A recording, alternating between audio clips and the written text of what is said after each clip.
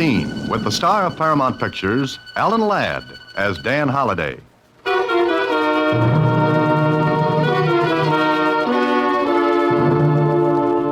Box 13, care of the Star Times. Enclosed, you'll find enough money to do what I want you to do. Go to the Mason auction rooms and bid on an old Chinese teakwood box. I must have that box. And if you get it for me, wait for further instructions.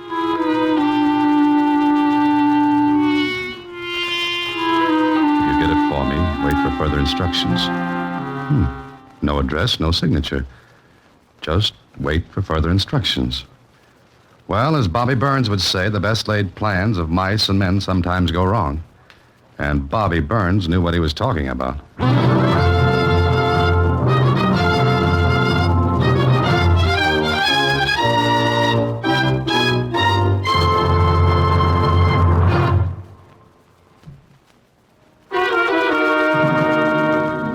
And now, back to Box 13 and Dan Holliday's newest adventure, Hot Box.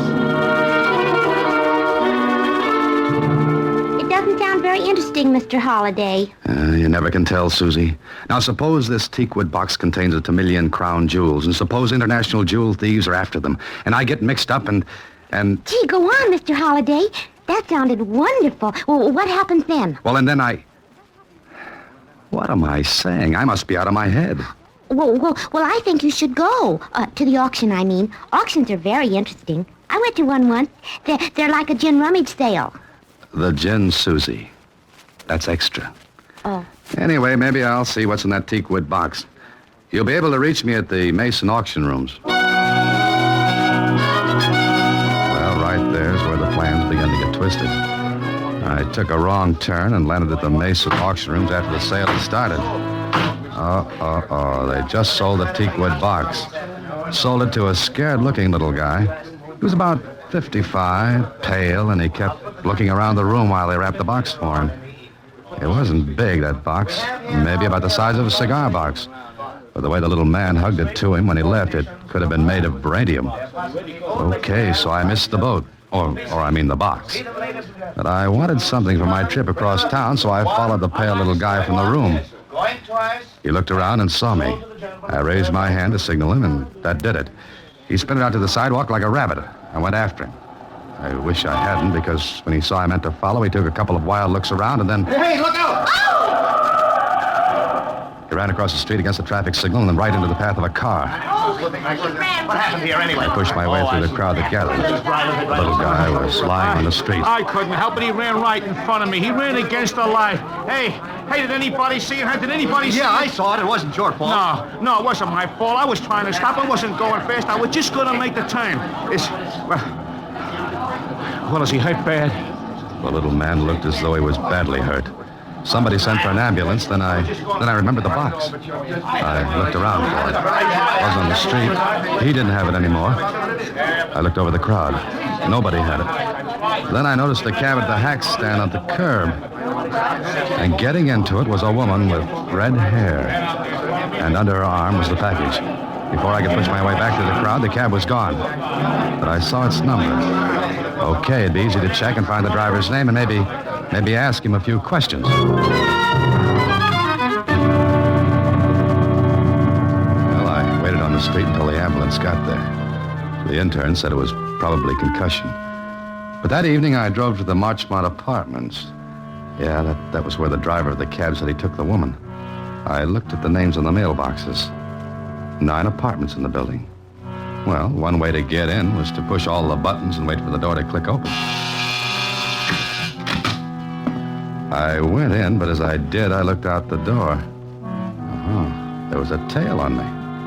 I caught a quick glimpse of a man's face. He hurried past, but not before he gave me a good look. Well, that teakwood box was leading to something. After disturbing 7 occupants of 7 different apartments and getting 7 nasty comments, I rang one buzzer.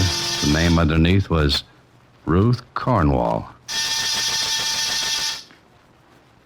Is that you, Tommy? Yes, Ruth. Just a second. Oh, Good evening. who are you? Not the full of brush man. May I come in? Of course not. I've come about a teakwood box. Will you please go? Or maybe you didn't hear me. I said I've come about the teakwood box, Miss Cornwall. I don't know what you're talking about. And if you don't go, I'll ring for the manager. All right. Ring for him. Well, Is this a joke? I don't know. That depends on you. Well, Come in. That's better. Now, who are you? My name's Dan Holliday. Do I know you? No, I don't think so. But I know you. Oh, you do? From where? From this afternoon, when you hopped into a cab with a package that belonged to a little man. Oh, If that was supposed to be a careless laugh, you need a lot of rehearsal. What makes you think I'm the person you're looking for?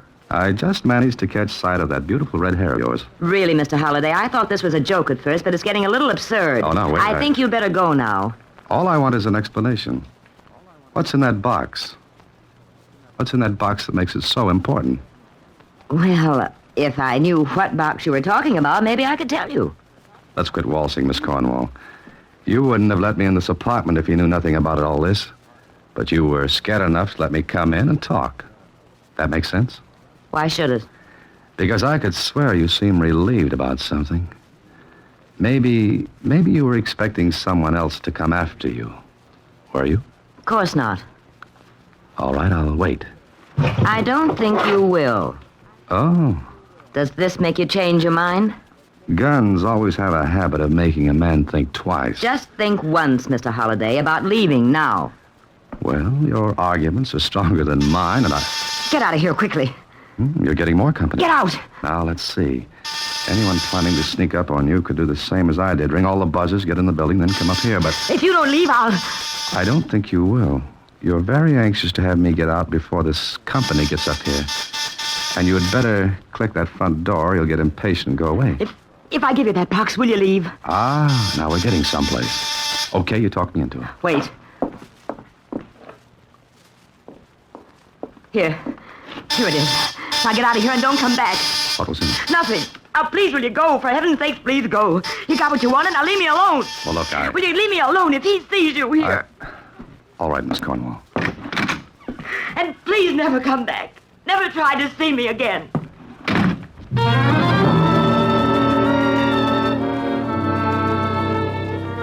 I don't know what it was, but there was something about Ruth Cornwall that put me in sympathy with her. She needed help, wanted it, but it was as though she didn't dare tell me why. I went down the hall, ducked around a corner, and stopped just long enough to look back and see a man go into her apartment. I went downstairs, out onto the street. Keep walking, Bub. Huh? I said keep walking. Right up to that alley.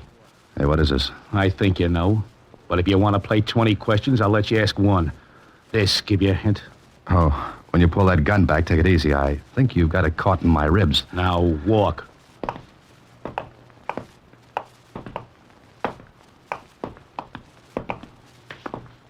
Far enough. Now what? Give me that box. What box? Ain't you funny? Yeah, I do card tricks, too. That's enough. Hand it over. This seems to be my night to play give and take. Okay. That's better. Now, good night, Holiday.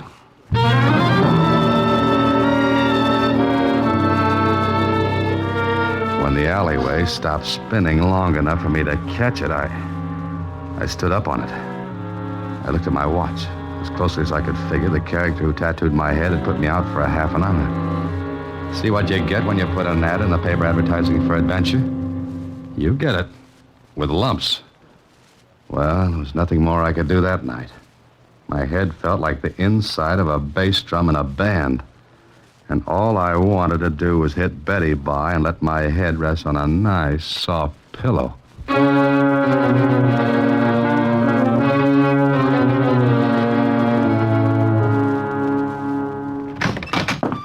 Good morning, Sue. Oh. Mr. Holliday, this man's been waiting for you. Oh, you again. Did you sleep all right, Mr. Holliday? Like a top, I spun. Yeah. Do you want me to do anything, Mr. Holliday? I wish you could, Susie. Mr. Holliday, I know a man who wants to see you. Right now. Uh-huh. Can I persuade you to come along? Do you think? Yes, you seem to have a way about you. Susie, Yes, Mr. Holliday? If I'm not back in 3 hours, call up the insurance company and get back that last premium I paid in advance. Huh? That's enough. Let's go, Holiday.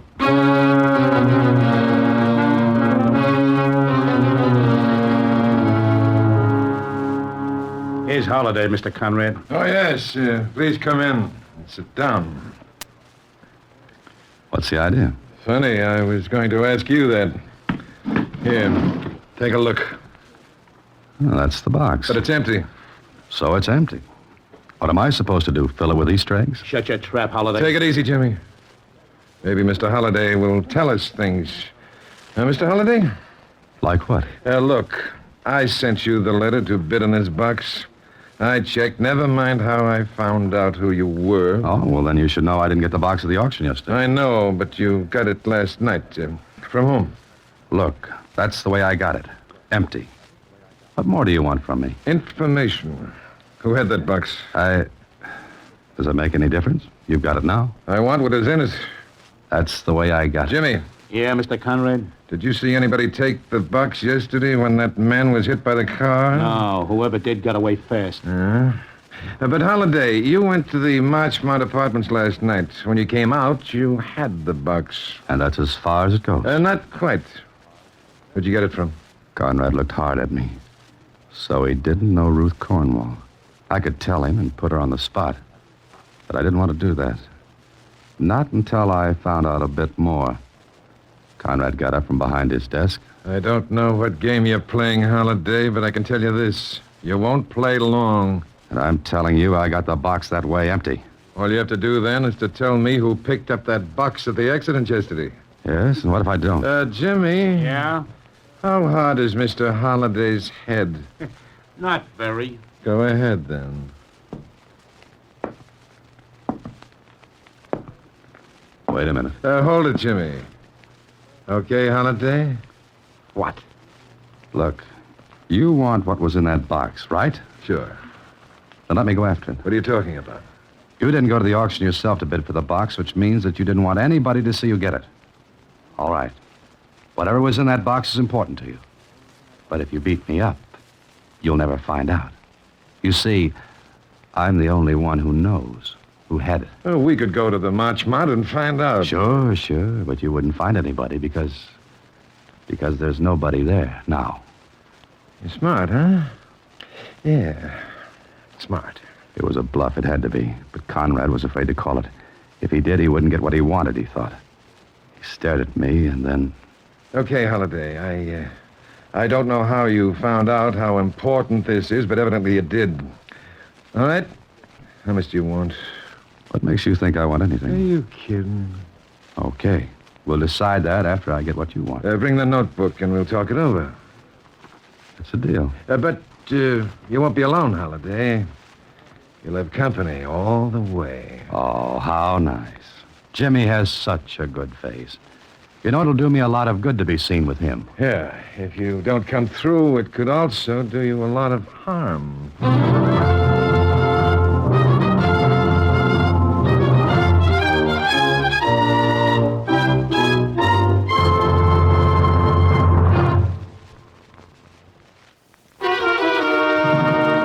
And now back to Hot Box, another Box 13 adventure with Alan Ladd as Dan Holliday.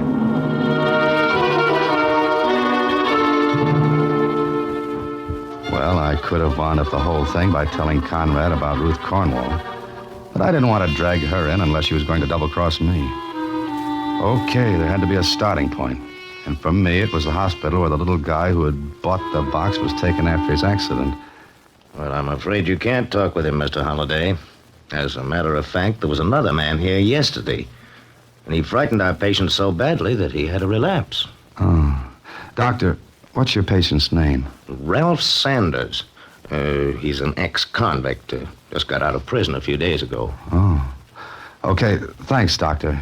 Here's my name and phone number. If I can talk with him at any time, please call me, will you? So that was a dead end. Then I got the idea that the people at the auction rooms might be able to help. Here it is, Mr. Holliday. That box was part of lot number 509. What does that mean? Well, lot 509 was in storage here. For a time, we received the money to pay for the storage, and then it stopped. How long ago? Oh, it must have been over 60 days. We hold goods that long and then offer them for sale to pay for the storage charges. How long did you have this lot 509? Well, let me look at the books. 4 years. Oh. Do you know the name of the person who owned the goods? James R. Conlon. At least that's the name on our books. Did you make any attempt to locate this Conlon after the payments on storage stopped coming in? Yes, we did, but we couldn't. I see. Oh, one more question. Did you advertise this sale? Oh, yes, we're bound to by law. You advertised in the papers? That's right. Thanks very much. Well, there was one place to find out about James R. Conlon. The morgue of the Star-Times. And what I found out began to slope the merry-go-round enough to let me see some of the things a little more clearly. Then at my apartment later in the day...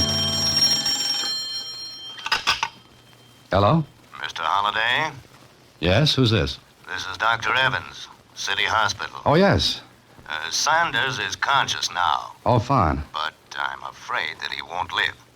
And since you were the only person who left his name, I thought you'd want to know. May I see him? Well, you haven't much time. I'll be right there, Doctor. I saw the poor little guy. He was pathetically anxious to talk. He had been Conlon's cellmate in the penitentiary. And Conlon had talked. He had to talk to someone, tell about something he was saving up for when he got out. And it was Sanders he told about a teakwood box and what was in it.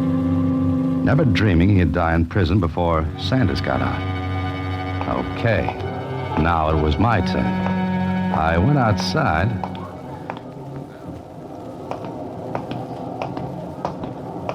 Hello, Jimmy. Still playing tag with me? What's the idea, Holiday? Oh, I'm full of ideas. But the best one of all is, let's go to Conrad. You got that book? Not with me, pretty boy. You want to get your head singed? Look, we're going to Conrad right now. Why, I ought to poke You ought right to, on but the- you won't. Now, let's get going. We stand here one more second, I'll let that notebook loose where it'll do the most good. Or the most harm. And that, Big Ears, depends on the point of view. Why, Okay. Okay, but you're asking for trouble. Fine. Let's go hunt for it, shall we?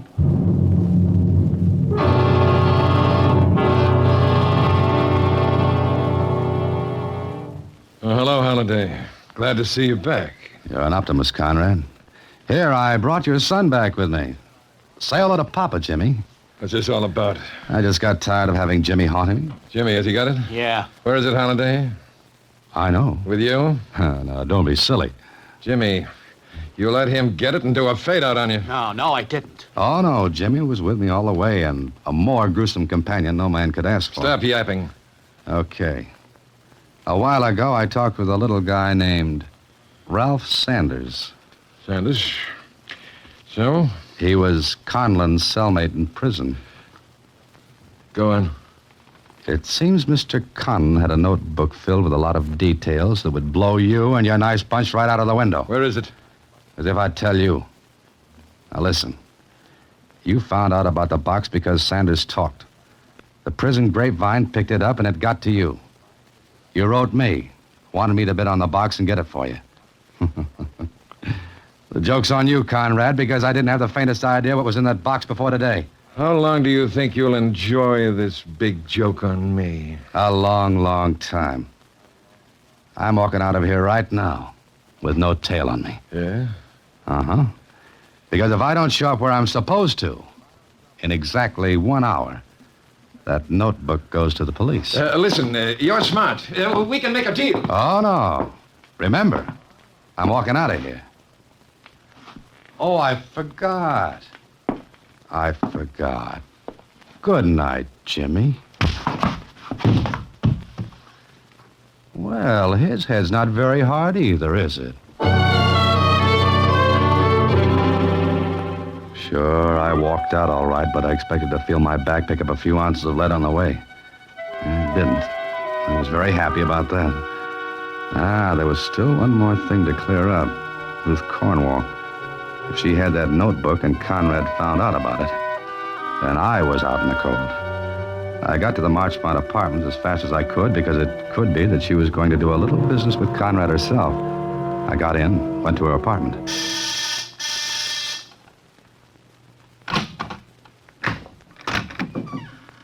Yes? Oh. In here. Sorry, I couldn't wait to be invited in. I told you not to come back here. Yes, I know, but I'm back. What do you want? Last night you gave me a box. Now I want what was in it. There was nothing in it. Not even a notebook with some very startling things in it about a certain Mr. Conrad and his gang? So you found out about that. Yeah, but in finding out, I put myself in a wonderful spot to get acquainted with a mortician. All right, so you know. But what good will it do you? What good will it do you? That's no concern of yours. Oh, yes, it is. Put yourself in my place. Conrad thinks I've got the notebook.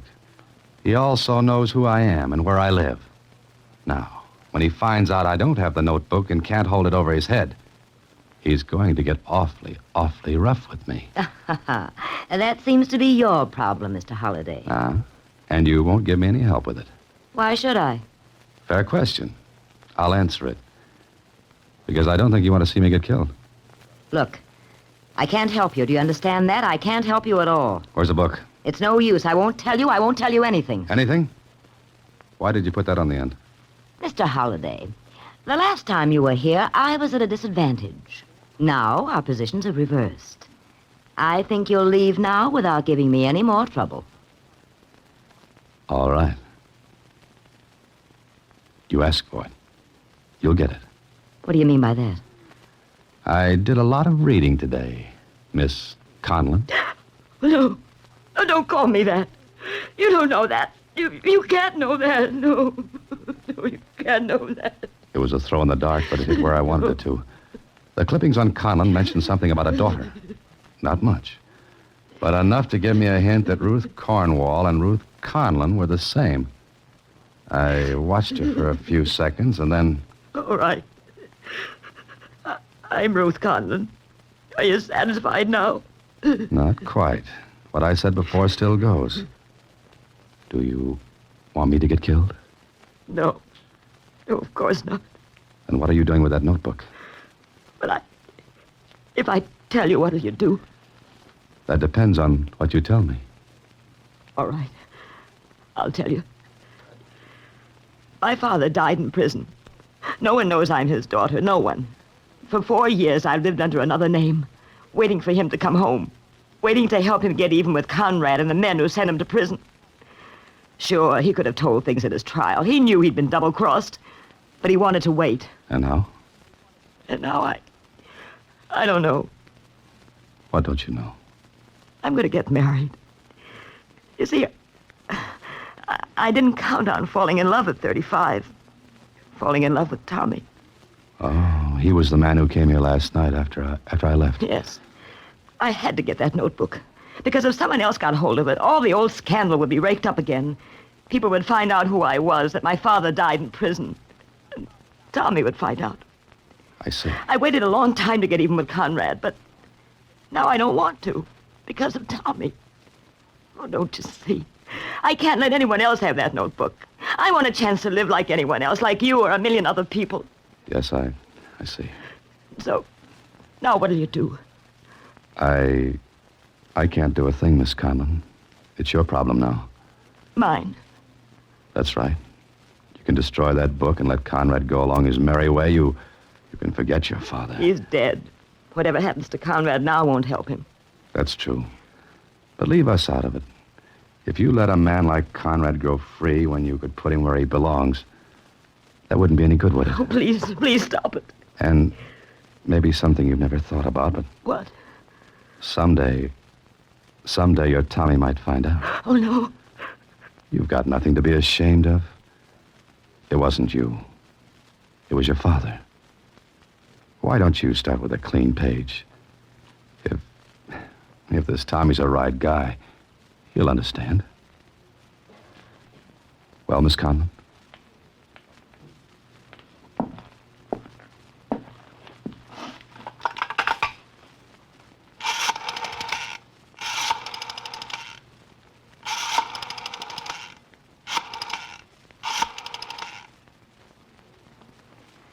Hello, Tommy. Darling, I want you to come over right away.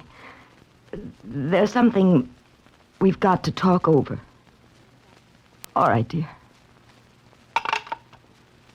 I'll give 10 to 1 on Tommy, Ruth.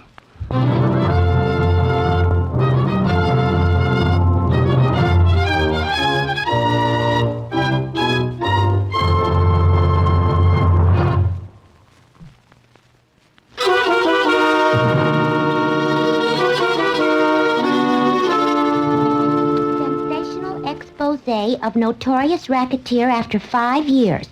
Dead Man's Notebook. Forget that, Susie. Turn to the society page. Oh, all right. Here. Now, read that. Mr. and Mrs. Tommy Gibson leave for Bahamas on honeymoon. Gee, the Bahamas. You must feel just like stupid, Mr. Holliday. The word is Cupid, Susie. And I'm dressed differently. Mr. Holliday. Good night, Susie. Next week, same time, through the courtesy of Paramount Pictures, Alan Ladd stars as Dan Holliday in Box 13. Box 13 is directed by Richard Sandville with an original story by Russell Hughes. Original music is composed and conducted by Rudy Schrager. The part of Susie is played by Sylvia Picker. Production is supervised by Vern Karstensen. This is a Mayfair production from Hollywood. Watch for Alan Ladd in his latest Paramount picture.